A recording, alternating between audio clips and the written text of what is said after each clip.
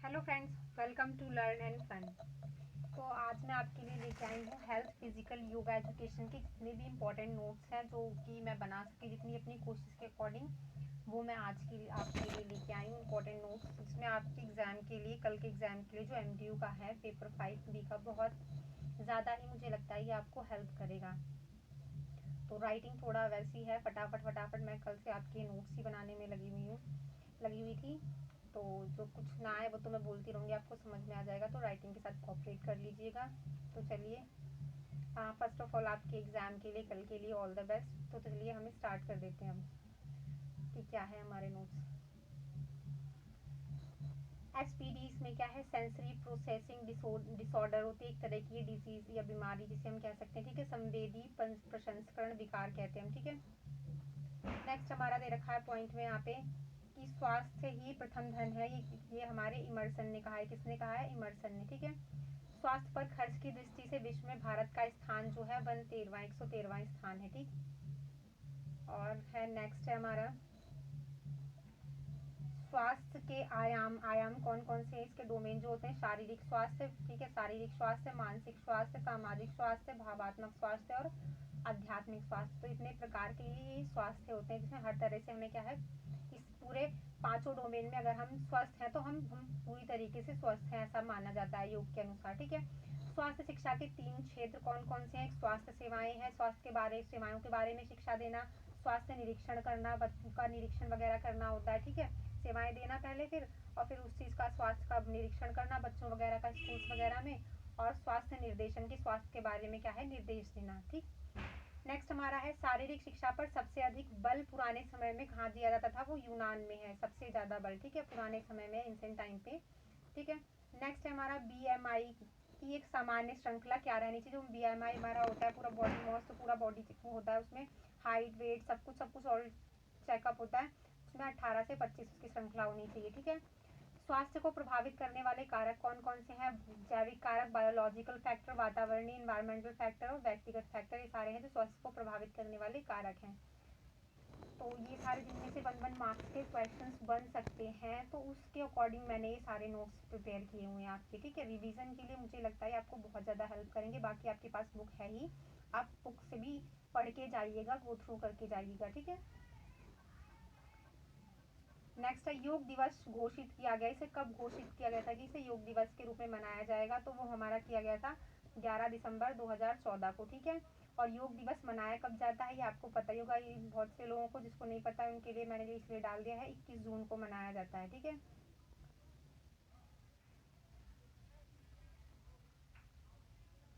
और एक और इम्पॉर्टेंट है, मैं डालना भूल गई हूँ, इसमें आप सर्च करके कर लीजिएगा कि सबसे पहले जो है अंतर्राष्ट्रीय योग दिवस कब मनाया गया था, ठीक है। प्रथम अंतर्राष्ट्रीय योग दिवस, तो आप ये कर लीजिएगा एक बार सर्च, ठीक है। सर्च करके कमेंट बॉक्स में शेयर कर दीजिएगा ताकि और लोगों की भी हेल्प हो जाए। आप प्रधानमंत्री नरेंद्र मोदी की पहल पर अंतर्राष्ट्रीय योग दिवस को दर्जा प्राप्त हुआ था, तो ये भी क्वेश्चन पूछ सकते हैं। प्रधानमंत्री नरेंद्र मोदी, इस तरह से क्वेश्चन आया था लास्ट एग्जाम में एमजीयू के, क्रिएटिंग एंड इंक्लूसिव एजुकेशन के, कि वो जो है दिव्यांग शब्द किस प्रधानमंत्री द्वारा विकलांग बच्चों को दिया गया था? तो नरेंद्र मोदी। तो ये मैंने नोट्स में अपने दे रखा था।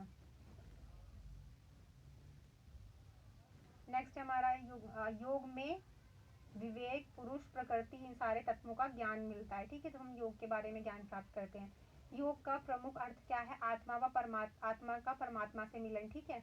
अपने बारे में आत्मानुभूति करना, अपने जो हम कहते हैं ना ब्रह्मांड है, हमारे अंदर सारी दुनिया समाई हुई है, ऐसा कहा जाता है ना धार्मिक बुकों में, आपने देखा होगा, जो जो क्या बोलते हैं उसमें, अध्यात्म वगैरह की बुकें हैं, उसमें जो होता है, उसमें क्या कहा है कि जो पूरा ब्रह्मांड हमारे संसार में है वो पूरा अंदर हमारे एक अंदर भी है। आपने सीरियल्स वगैरह भी देखा हो तो उसमें बताते हैं। तो वही ये होता है कि आत्मा का परमात्मा से मिलन, अपनी आत्मा को परमात्मा में लीन करना, ठीक है। चित्त वृत्तियों की अभ्यास और वैराग्य से एकाग्र करने की प्रक्रिया, अपने क्या है, मन को शांत करना। अब जो है हमें बहुत ज़्यादा ध्यान करने की ज़रूरत होती है, मेडिटेशन करने की ज़रूरत होती है, तब हम उस लेवल तक पहुँचते हैं। अपने चित्र जो मनुष्य के अंदर चंचलता है, बहुत सारे जो नेगेटिव फैक्ट्स हैं, जो हमें अपने कहते हैं ना 7 चक्र हैं, उन चक्रों से होके गुजरना पड़ता है। पढ़ेंगे तो आपको पता लगे इसमें चक्रों को, उन पे कंट्रोल करते हुए, एक एक चक्र मस्तिष्क से स्टार्ट होकर आपकी पूरी बॉडी तक के 7 चक्र होते हैं, उन चक्रों के बारे में सब पे अपना नियंत्रण करके बहुत ज़्यादा आपको मेडिटेशन करने की ज़रूरत होती है। तो क्या होता है, अब आप जाके उच्च लेवल पे पहुंचते हैं उसके। चित्रवृत्तियों के अभ्यास व वैराग्य से एकाग्रता प्राप्त करने की प्रक्रिया। ठीक है, नेक्स्ट है हमारा योग शब्द की उत्पत्ति कैसे हुई है। ठीक है, योग शब्द की उत्पत्ति हुई है संस्कृत भाषा के युज धातु से। किससे? संस्कृत भाषा के युज धातु से। इसका अर्थ क्या होता है? युक्त करना, जोड़ना। ठीक है, युक्त करना या जोड़ना। योगश्ची चित्त वृत्ति निरोधा पतंजलि। तो योग में क्या कहता है? अपनी चित्त की वृत्तियों पर नियंत्रण करना। ठीक है, वो क्या है? पतंजलि ने इसका अर्थ डेफिनेशन दी है। जीव और आत्मा के मिलन की संज्ञा योग है, ये ऐसा वेदांत के अनुसार है। योग का महत्व क्या है? क्या क्या महत्व है? शारीरिक महत्व की चार, जो आपकी फिजिकल हेल्थ में करता है, ये हेल्प करता है, मानसिक हेल्थ में करता है, नैतिक, सामाजिक, आध्यात्मिक, हर तरह की इसमें क्या है? महत्व करता है। इसमें भी इन सबके डोमेन में विकास में भी योग जो है सहायता करता है। और ये डबल पेज हो गया है। ठीक है, नेक्स्ट है हमारा सूर्य नमस्कार की चरणवार स्थितियाँ क्या हो सकती हैं। तो सूर्य नमस्कार की 12 स्थितियाँ, 12 पोजेज हैं। कहते हैं ना कि जो होता है कि योग वगैरह अगर आपको करना है, अगर आपके पास टाइम नहीं है और कोई योग नहीं करते, तो आप सिर्फ सूर्य नमस्कार का डेली मॉर्निंग में सूर्य उगते समय आप कर लो योग। ये 12 पोजेज इसके होते हैं, ज़्यादा से ज़्यादा 5 मिनट लगता होगा ठीक है इसे करने में। तो आप कर लो इसके सूर्य नमस्कार ही, तो आपको बॉडी के लिए बहुत ज़्यादा हेल्पफुल है। फिर कोई ज़्यादा एक्सरसाइज करने की ज़रूरत नहीं है। जिनके पास टाइम नहीं है उनके लिए बहुत ज़्यादा बेस्ट है ये। और आजकल तो योगा वगैरह सबके लिए करना चाहिए, हेल्थ के लिए। ये तो इसमें क्या है? आरोग्य, ऊर्जा और शक्ति व स्फूर्ति के तत्व प्राप्ति होती है इससे, ये सूर्य नमस्कार से। ठीक, भगवत गीता में यम के 12 अंग बताए गए हैं। ठीक है, 12 अंग एक तरह से। इसमें और 4 ऑप्शन आपको दे देंगे, तो कितने अंग बताए गए ये पूछ सकते हैं आपको। हठ योग प्रदीपिका किसने दी है? वो स्वात मारमा ने दी है। योग के भाग कौन कौन से हैं? राजयोग, सांख्य योग, भक्ति योग, मंत्र योग। तो ये मैंने अभी यहाँ पे 4 ही दिए हुए हैं, आगे जाके मैंने इसे एक्सप्लेन बाद में किया हुआ है डीपली। ठीक है, थोड़ा सा, तो इसके और भी बहुत सारे भाग हैं। यहाँ पे मिस हो गया था तो मैंने आगे इंक्लूड किया हुआ है। हठ योग के अंग कितने होते हैं? तो जो हमारा हठ योग है उसके हमारे 6 अंग होते हैं। उसके 6 अंग कौन कौन से होते हैं? यम, नियम, आसन, प्राणायाम, मुद्रा, नाड़ी, अनुसंधान। ठीक है, योग सूत्र के निर्माता किसे कहा जाता है? तो वो हमारे पतंजलि हैं। किसे कहा जाता है? योग सूत्र के निर्माता पतंजलि है। तो टाइम की कमी होने की वजह से आज मैं आपको याद करवाते हुए नहीं चल रही हूँ लास्ट वीडियो की तरह। तो इसमें क्या है, मैं फटाफट आपको करवा देती हूँ। आप लोग 2 बार, एक बार नहीं आपको याद हो तो 2 बार वीडियो देख लीजिएगा। चलिए अब हम देखते हैं आधुनिक योग की शुरुआत कब हुई थी। 1893 धर्म संसद शिकागो में आयोजन से मानी जाती है। ठीक है, 1893। शिवानंदी द्वारा योग की सिद्धांत कितने दिए गए हैं? 5 दिए गए हैं। योग 6 अवस्थाओं द्वारा शरीर को पूर्ण विकास करता है। ठीक है, जो योग है कितनी अवस्थाओं? 6 अवस्थाएं होती हैं, जिससे क्या होता है? शरीर का पूर्ण विकास हो जाता है। सांख्य योग में कितने तत्वों को मुख्य माना गया है? तो हमारे क्या है? 25 तत्वों को मुख्य माना गया। कितने? सांख्य योग में 25 तत्वों को।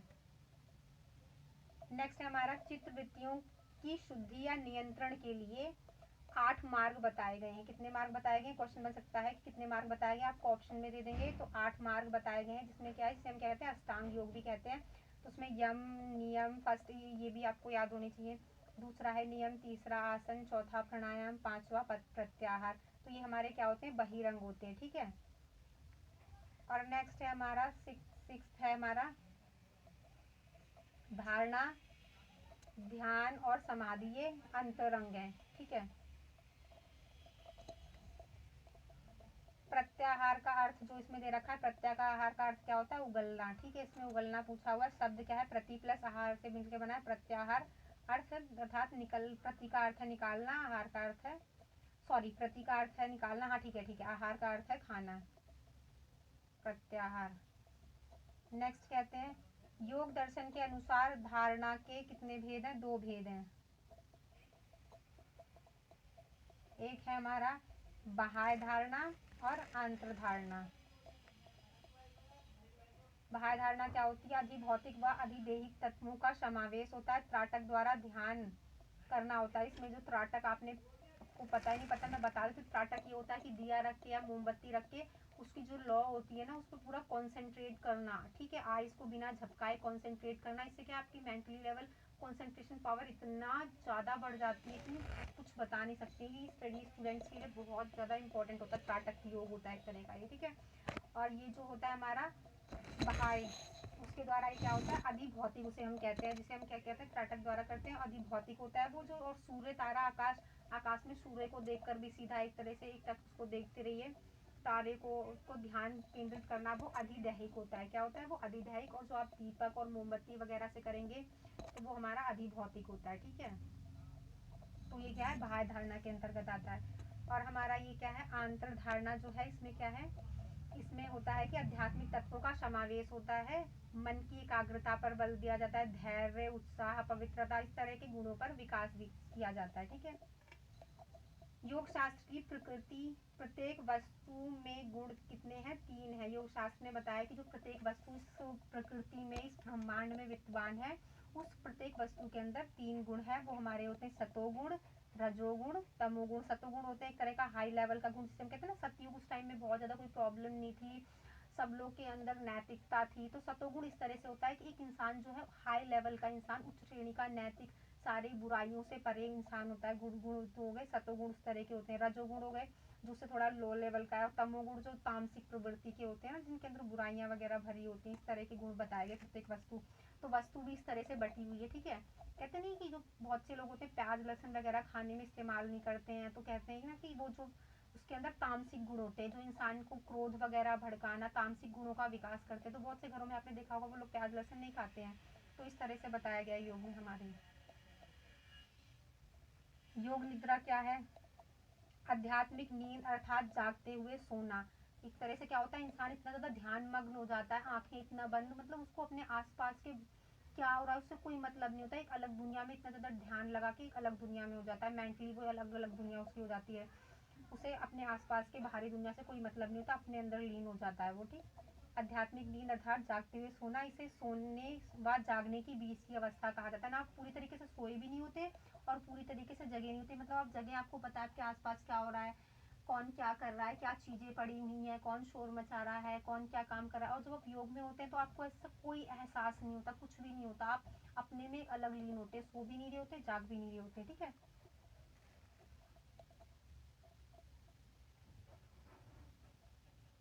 नेक्स्ट है हमारा भक्ति के प्रकार।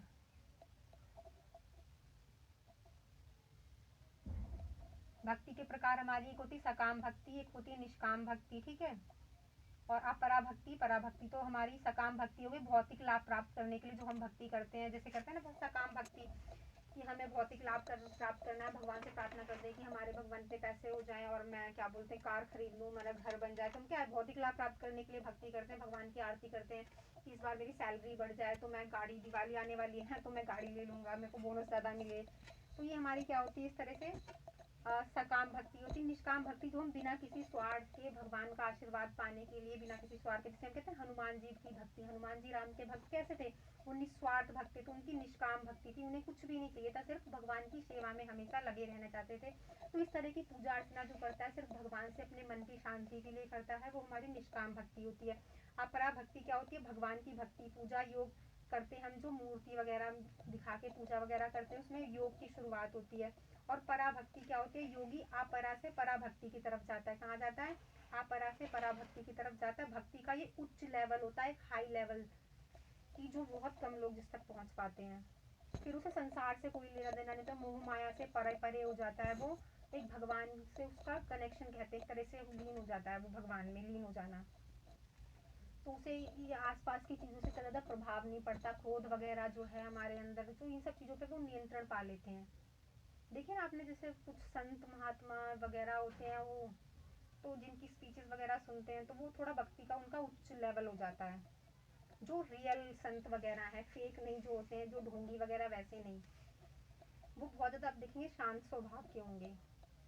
नेक्स्ट हमारा श्रीमद् भगवत और विष्णु पुराण में भक्ति के कितने प्रकार बताए गए हैं, 9 प्रकार बताए गए हैं, 9। ठीक है, याद रखिएगा। योग के प्रकार है हमारे 4 प्रकार इसमें बताए गए हैं, मंत्र योग, हठ योग, राजयोग, लय योग, लेकिन इसके थोड़े ज़्यादा प्रकार हैं, वो ये दोबारा रिपीट हुआ है। ध्यान के प्रकार हमारे हैं, ध्यान एक सगुण ध्यान होता है, निर्गुण ध्यान होता है। सगुण ध्यान के भी 2 प्रकार हैं, पादस्थ और रूपस्थ। ठीक है, और निर्गुण के भी 2 प्रकार हैं, नासाग्र और भूमध्य। चित्त की वृत्तियां कितनी होती हैं, वो 5 होती हैं चित्त की वृत्तियां। पहला प्रमाण, विपर्य, विकल्प, निद्रा, स्मृति, ये हमारी चित्त की वृत्तियां हैं। ठीक है। चित्त की अवस्थाओं के भाग कितने हैं? इसके 5 भाग हैं। एक है मूढ़ावस्था, शिप्तावस्था, विक्षिप्तावस्था, एकाग्रावस्था और निरुद्धावस्था। इन सब की नाम आप याद कर लीजिएगा। नेक्स्ट है हमारा आसनों को 3 वर्गों में विभाजित किया गया। क्वेश्चन बन सकता है आसनों को कितने भागों में विभाजित किया गया है? तो 3 भागों में। ठीक है। योग शास्त्र के आधार पर इसे विभाजित किया। इसके भाग कौन कौन से हैं? इसे योग शास्त्र के आधार पर विभाजित किया गया है, शारीरिक अवस्था के आधार पर विभाजित किया गया है और हमारा विभाजित किया गया है ये शारीरिक मुद्राओं के आधार पर। ठीक है। आई होप आपको ये समझ में आ रहा होगा। आप कमेंट बॉक्स में ज़रूर बताइएगा आपको वीडियो कैसी लगी। ठीक है, आपके लिए एग्ज़ाम में हेल्पफुल है कि नहीं है।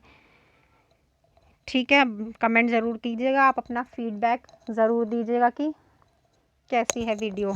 आपका फीडबैक बहुत ज़्यादा मैटर करता है मेरे लिए। ठीक है, और कमेंट ज़रूर कीजिएगा, लाइक ज़रूर कीजिएगा और अपने जितने भी ज़्यादा से ज़्यादा फ्रेंड्स हैं उनके साथ शेयर कीजिए ताकि उनकी भी हेल्प हो जाए एग्ज़ाम में, वो भी अच्छे से प्रिपेयर कर लें। और अगर आप चैनल को पहली बार देख रहे हैं तो सब्सक्राइब ज़रूर कीजिएगा, बेल आइकन ज़रूर प्रेस कीजिएगा जिससे कि मैं आगे भी कोई वीडियो डालूँ आपकी प्रिपरेशन के लिए, हेल्प के लिए, आपको टाइम पर उसका नोटिफिकेशन मिल जाए और आपकी पढ़ाई में कोई प्रॉब्लम ना हो। ठीक है। नेक्स्ट है हमारा भोजन के प्रकार बताए गए। भोजन के प्रकार है हमारा सात्विक, राजसिक और तामसिक 3 प्रकार के भोजन होते हैं। देखते हैं ना, योगियों के लिए कहा जाता है आप सात्विक भोजन कीजिए जिसमें क्या होता है, तला भुना कुछ भी नहीं होता है, खट्टे पदार्थ नहीं, तो सादा शाकाहारी भोजन होता है, वो 2 टाइम खाना। राजसिक भोजन तो आप जो राजाओं महाराजाओं वाला भोजन इस तरह से होता है ना, 56 भोग वगैरह, अच्छे अच्छे पकवान वगैरह। और तामसिक भोजन जो होता है ना, मांस मछली वगैरह, बहुत ज़्यादा मांसाहारी भोजन करना, इस तरह का तामसिक भोजन जो कहते हैं ना, पहले राक्षस वगैरह करते थे तो उनको के भोजनों को तामसिक प्रकार का भोजन कहा जाता है। बहुत ज़्यादा ऑयली खाना, इस तरह का। ठीक है, जिससे हमारे तामसिक गुणों का विकास होता है। तामसिक गुण नहीं कह सकते, वो तो नेगेटिव गुण होते हैं। ठीक है। राजसी आहार के तत्व क्या होते हैं? कड़वा, खट्टा, अति उष्ण, उसमें सब होता है। और जो यौगिक आहार होता है वो सात्विक आहार होता है। ठीक है, जिसमें क्या होता है, फलाहार होता है, मैंने आपको बताया ना, शाक सब्जियां वगैरह, दूध दही, ये विभिन्न, इसमें परहेज भी बहुत होते हैं और योगियों के लिए होता है ये बेस्ट। तो क्वेश्चन पूछ सकते हैं योगी को किस तरह का आहार दिया जाता है? सात्विक आहार, तो तले भुने खट्टे पदार्थ परहेज होता है। और एक होता है हमारा संतुलित आहार। तो संतुलित आहार और सात्विक आहार में क्या डिफरेंस है वो भी मैं थोड़ा सा आपको बता देती हूँ।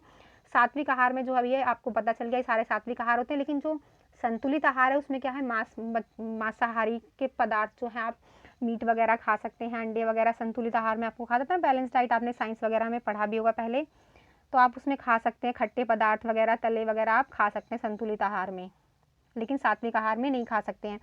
और कुछ कार्बोहाइड्रेट है, तो कार्बोहाइड्रेट के 2 प्रकार होते हैं, एक श्वेतसार कार्बोज और एक शर्करा कार्बोज। तो इसमें श्वेतसार कार्बोज जो होता है हमारा गेहूँ, चावल, जौ, आलू में पाया जाता है, और शर्करा कार्बोज है वो गन्ने के रस, शक्कर, गुड़ व मेवे में पाया जाता है। तो ये सब इम्पोर्टेंट मुझे लगे तो मैंने बता दिए, बाकी और तो यूनिवर्सिटी को उनको कहाँ से क्वेश्चंस बना के पूछते हैं कुछ पता नहीं। नेक्स्ट है हमारा भोजन में जो 2 बार भोजन करते हैं उसके बीच में अंतर 6 घंटे का होता है। तो ईजी आपको नॉर्मली सभी को पता होगा। और वसा जो है, वसा 2 प्रकार का होता है। वसा जिसे हम इंग्लिश में फैट कहते हैं, दो प्रकार का। एक वनस्पति वसा होता है जो हमें वनस्पतियों से, पेड़ पौधों से और पौधों से प्राप्त होता है। पशु वसा जो हमें पशुओं से प्राप्त होता है। तो पेड़ पौधों से बादाम, मेवे हो गए, सूखे फल हो गए, तो हमें वनस्पति से प्राप्त होते हैं, जिनसे हमें वसा प्राप्त होता है। और जो पशु वसा है वो दूध, घी, मक्खन, अंडे वगैरह से प्राप्त होता है। योग साधना का प्रथम सोपान क्या है? यम होता है। योग साधना के बताएंगे ना कि आपको 8 आयाम है, तो पहला यम होता है। तो इस तरह से 8 आयाम आपको सीरियल वाइज याद होने चाहिए, मैंने बता रखा है, वो आप याद कर लीजिएगा। योग के अंतर्गत संयम देखा गया है तो वो यम में देखा जाता है। ठीक है। और जो अनुलोम विलोम योग वो रोगों का नाश करता है। किस तरह के रोगों का? नज़ला हो गया, पित्त रोग हो गया, अस्थमा हो गया। और आपको अनुलोम विलोम जो ये एक तरह से प्राणायाम है, ये प्राणायाम क्या है, आपकी कंसंट्रेशन पावर है, और आपकी थोड़ी बहुत मेंटल डिजीज है, हो गया आपका क्या बोलते हैं, डिप्रेशन हो गया, तनाव हो गया, आपको इस तरह से इसमें बहुत ज़्यादा हेल्प करता है। ठीक है, ये अनुलोम विलोम प्राणायाम बहुत सारे जो उसमें हेल्प करता है। अब कुछ ये विटामिन हैं जो इसमें एग्जाम में आपके पूछ सकते हैं, किस भोजन से मिलता है और किस रोगों में लाभ मिलता है इन विटामिन का, ये मैंने आपके लिए बता रखा है। ठीक है। तो विटामिन ए है जो दूध, दही, बादाम, केले और पीले फल वगैरह में, हरी सब्जियों में भी मिलता है। तो मैंने मेन डाल दिए हैं, कुछ बताती चलूँगी मैं आपको। आँख के लिए विटामिन ए बहुत ज़्यादा, सबसे ज़्यादा आँख के लिए विटामिन ए बहुत फ़ायदा करता है। गले व सांस के रोगों में फ़ायदा करता है। और जो विटामिन बी है, विटामिन बी के हमारे आपको इधर बता रखा है, ये विटामिन बी के प्रकार हैं B1, B2, B3, B7 और B12 इसके प्रकार होते हैं विटामिन बी के, ठीक है, ये याद कर लीजिएगा। तो ये विटामिन बी जो ज़्यादा होता है छिलके वाली दालों में पाया जाता है, दाल वगैरह। कहते हैं ना, आपने पढ़ा होगा साइंस में कि विटामिन बी की कमी से बेरी रोग होता है, वो पॉलिश वगैरह वाली दाल खाने से और इन सब चीज़ों से। तो ये है छिलके वाली दाल है, अनाज, चावल, फल, सब्जियाँ, ये सब खाइए तो विटामिन बी मिलेगा। इसमें सिर दर्द, चक्कर, चिंता, तो इन सब चीज़ों में क्या है, ये लाभ करता है। ऑप्शन नंबर सी है हमारा, ऑप्शन नंबर सी नहीं, sorry, vitamin C. Vitamin C क्या होता है, हमें खट्टे पदार्थों से मिलता है। नींबू हो गया, संतरा है, नारंगी है, आंवले वगैरह हैं, ठीक है, खट्टे पदार्थ हैं। तो उसमें क्या होता है, वृद्धि में ये फायदा करता है, लाभ करता है, हमारी ग्रोथ में, दांत व मसूड़ों के विकास में सहायक होता है। विटामिन डी दूध, घी, मक्खन और सूर्य की किरणें जो हमारी हड्डियों वगैरह के लिए, इन सब चीज़ों के लिए फ़ायदा करता है। देखते हैं हम जोड़ों के दर्द वगैरह होते हैं तो विटामिन डी की कमी के उससे भी होता है कुछ। कैंसर, मांसपेशियों में कमजोरी जो हो गई वो विटामिन डी। और विटामिन ई हरी सब्जियों में मिलता है हमें, गेहूँ, दूध, अंडा हो गया, ठीक है, ये मानसिक विकार व कमजोर इम्यूनिटी में हेल्प करता है। विटामिन के जो है हमें हरी सब्जियों से, बंद गोभी से मिलता है। और जो हमारा खून, हमें कभी चोट लग जाती है तो जो खून बहता है वो रुक जाता है ना, वो जम जाता है, देखा ना, वो किस लिए से जम जाता है, वो विटामिन के की वजह से जमता है, ठीक है। तो ये आप याद कर लीजिएगा, क्वेश्चन बन जाएगा। विटामिन के तो बहुत ज़्यादा इंपॉर्टेंट, जो खून का बहाव है उसे रोकने में कौन सा विटामिन सहायक होता है, तो वो हमारा हो गया विटामिन के। योग शास्त्र की प्रकृति की प्रत्येक वस्तु में गुण, जो योग शास्त्र ने बताया है कि ये गुण ये हो चुका है, ठीक है, ये रिपीट हो गया तो इसको आप छोड़िए। तो ये है हमारा प्राचीन योग शास्त्र के अनुसार योग के प्रकार हैं। राजयोग आत्मबोध का योग होता है, ये कर्म योग कार्य का योग होता है, ये भक्ति योग भक्ति के लिए जो हम योग करते हैं, मंत्र योग मंत्रों द्वारा जो हम योग करते हैं, ओम का उच्चारण करके करते हैं, नहीं योग। लय योग होता है योग द्वारा मन का अवशोषण या नियंत्रण, अपने मन पर काबू करना योग द्वारा। हठ योग होता है योग फॉर शारीरिक क्रिया, की शारीरिक क्रिया के लिए योग होता है कि हमारी सारी शारीरिक क्रिया ठीक से होती नहीं, उसके लिए योग। ध्यान योग होता है एकाग्रता के लिए, कंसंट्रेशन के लिए। सांख्य योग ज्ञान प्राप्ति व पूर्ण वास्तविक ज्ञान के लिए ये योग होता है। हमारा यह शरीर में खनिज लवण के भाग कितने हैं, हमारा तो है 1/20 ऑफ द बॉडी वेट, जितना हमारा बॉडी का वेट है उतना 1/20 जो 20वां भाग होता है, उतना हमारा क्या होता है, खनिज लवण का भाग होता है, कि हमें बॉडी में खनिज लवण भी बहुत ज़्यादा ज़रूरत होती है, जिन्हें हम मिनरल्स कहते हैं इंग्लिश में। तो ये सारे हमारी मिनरल्स के मैंने नाम दिए हुए हैं, जो मिनरल्स हमारी बॉडी के लिए इंपॉर्टेंट है। कैल्शियम है, आयरन है, iodine, magnesium, sulphur, phosphorus, sodium chloride, potassium, chlorine, और ये लास्ट है हमारा कॉपर, जिंक, टेन, ठीक है। अगर हम देख लेते हैं भोजन के कार्य, हमारा मनोवैज्ञानिक कार्य, शारीरिक कार्य, सामाजिक कार्य, भोजन के कार्य हैं। STD की फुल फॉर्म है सेक्सुअली ट्रांसमिटेड डिजीज, जो हमारी होती हैं, जो हम सेक्सुअली सेक्स के टाइम जो है स्त्री से पुरुष में, पुरुष से स्त्री में जो डिजीज हो जाती है, जैसे कि HIV एड्स है।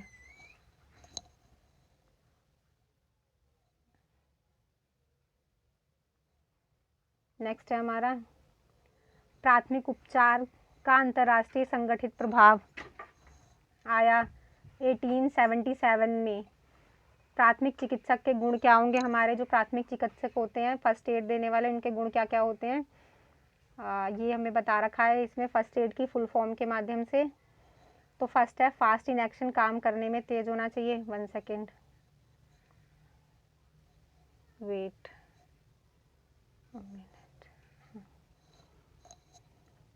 फास्ट इन एक्शन, एक्शन में फास्ट होना चाहिए। इमीडिएट डायग्नोसिस की, तुरंत जो है किसी भी जो कोई चोट वगैरह लग गई है, कोई प्रॉब्लम हो गई, एक्सीडेंट है, उसका तुरंत डायग्नोसिस करे। रिसोर्सफुल, उसके पास सारे रिसोर्सेज होने चाहिए फर्स्ट एड के। स्वीट एंड स्मार्ट होना चाहिए वो। टॉलरेंस, उसको मतलब क्या है, सहनशीलता उसके अंदर होनी चाहिए। एडोरेटनेस होनी चाहिए। इंटेलिजेंट होना चाहिए। डिसिप्लिन्ड होना चाहिए, डिसिप्लिन हो। इमोशनली साउंड होना चाहिए, कि वो इमोशनल हो, दूसरों के फीलिंग्स को समझ सके, और रिस्पॉन्सिबल होना चाहिए। ये सारे क्या हैं, फर्स्ट एडर के, जो प्राथमिक चिकित्सक हैं, उसके गुण होते हैं।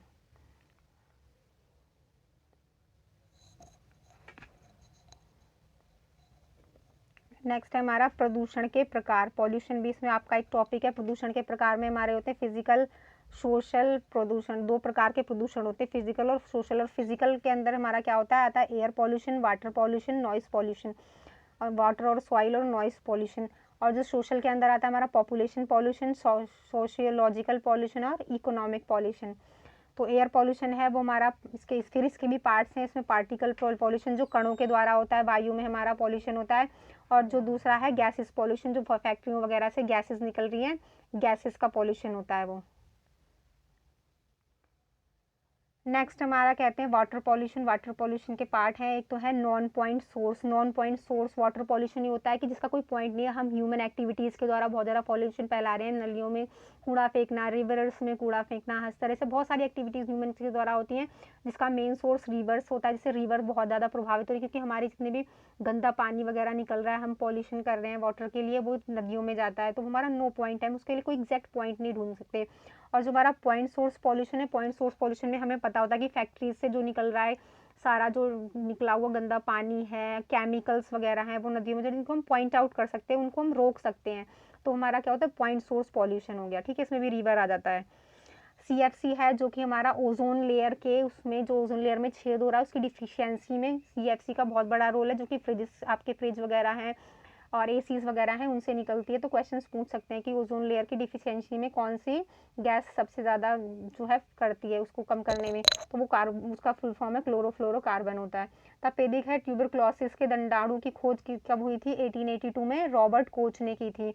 और HIV की फुल फॉर्म है हमारी, HIV इसके फुल फॉर्म कर सकते हैं ह्यूमन इम्यूनो डिफिशियंसी वायरस। ठीक है, ह्यूमन इम्यूनो डिफिशियंसी वायरस। कुत्ते के काटने से कौन सी बीमारी होती है, वो है रेबीज। और वायरस का नाम है इसका राहोब्डो। ठीक है, ये अजीब नाम है, ये हिंदी में इसका कोई वो नहीं है, ये इंग्लिश वर्ड है। वायरस हमारा जो है स्नायु तक जो होते हैं ना, सिलेवरी ग्लैंड्स को संक्रमित करता है। तो चलिए आज के लिए सिर्फ इतना ही योगा एंड एजुकेशन से। तो आपको बताइएगा वीडियो कैसी लगी कमेंट बॉक्स में। Thank you so much for watching. All the best for your exam, take care. ठीक है, और जो लास्ट टाइम मुझे MDU के एग्ज़ाम में बहुत ज़्यादा प्रॉब्लम हो गई थी, सर्वर प्रॉब्लम हो गई थी, बहुत से बच्चों का एग्ज़ाम जो है हो नहीं पाया था। तो इस तरह की कोई प्रॉब्लम आपको एग्ज़ाम में होती है तो आप हेल्पलाइन नंबर है और ईमेल है, वो आप उसमें सेंड कीजिए, मेल कीजिए, और कॉल करके हेल्पलाइन नंबर पे आप अपनी प्रॉब्लम को सॉर्ट आउट कर सकते हैं। तो उन बच्चों का, कुछ बच्चों का क्रिएटिंग एंड इंक्लूसिव एजुकेशन के टाइम में क्या था, एग्जाम में ओपन नहीं हो रहा था, तो बाद में उसको क्या है, जो उनके सेकंड और थर्ड पेपर हो गया, उसके बाद में उनका क्रिएटिव एंड इंक्लूसिव एजुकेशन का एग्ज़ाम हुआ। तो चलिए